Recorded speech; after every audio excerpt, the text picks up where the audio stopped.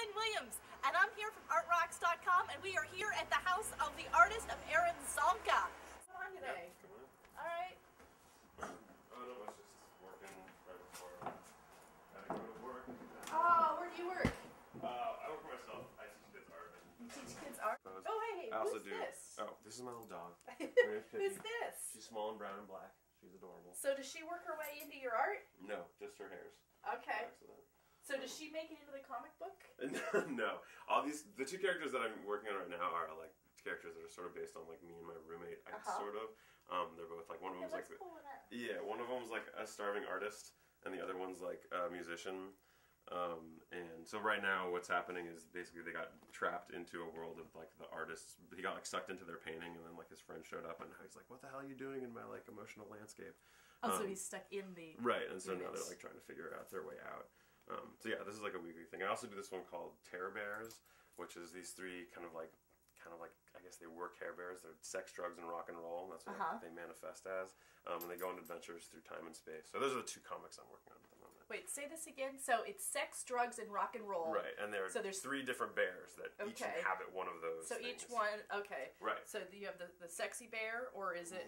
Kind of, yeah. He's just like obsessed with sex, and one's obsessed with drugs, and the other one's obsessed with rock and roll. Those are like the three character And then what types. do they do? Where do they go? So the first comic, they open up and they're playing a show, and they rock so hard they open up a hole in time and space and get sucked into it, and then they're in this like land of myths and legend, and then they get captured by this king, and then they're part of this prophecy where they have to like defeat this evil lord, and it's all just like sort of each one plays out sex, drugs, and rock and roll. Does it reflect your life?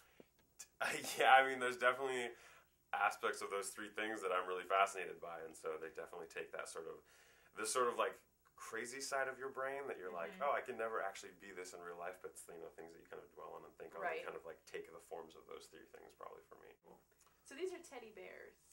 Yeah, they're like Care Bears gone bad, called the Terror Bears. So. Do you think they're autobiographical?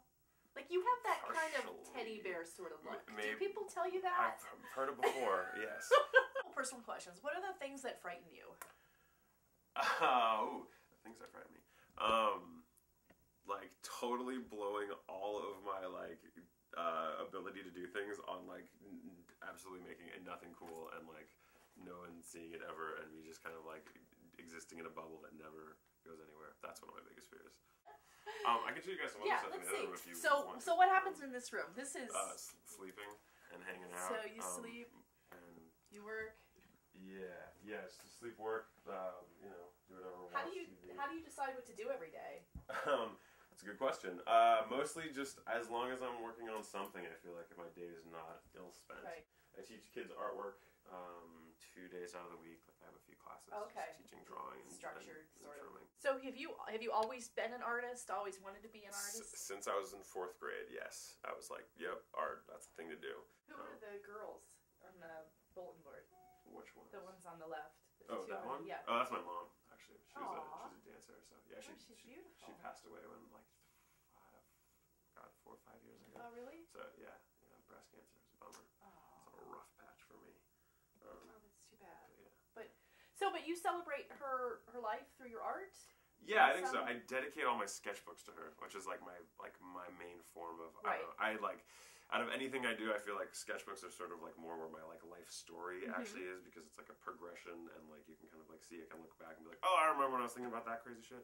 I really like it when people sort of find their own messages and things and find their own stories, but that's the story I would tell. I was perplexed by what this person is eating. It looks like it's a person it on totally, a little... It totally is. It's like a person on a fork. Yeah, it's a little mushy like pile of human. So Aaron Zonka is going to show us his second hidden talent, which is drummer. What do you go by, just drummer?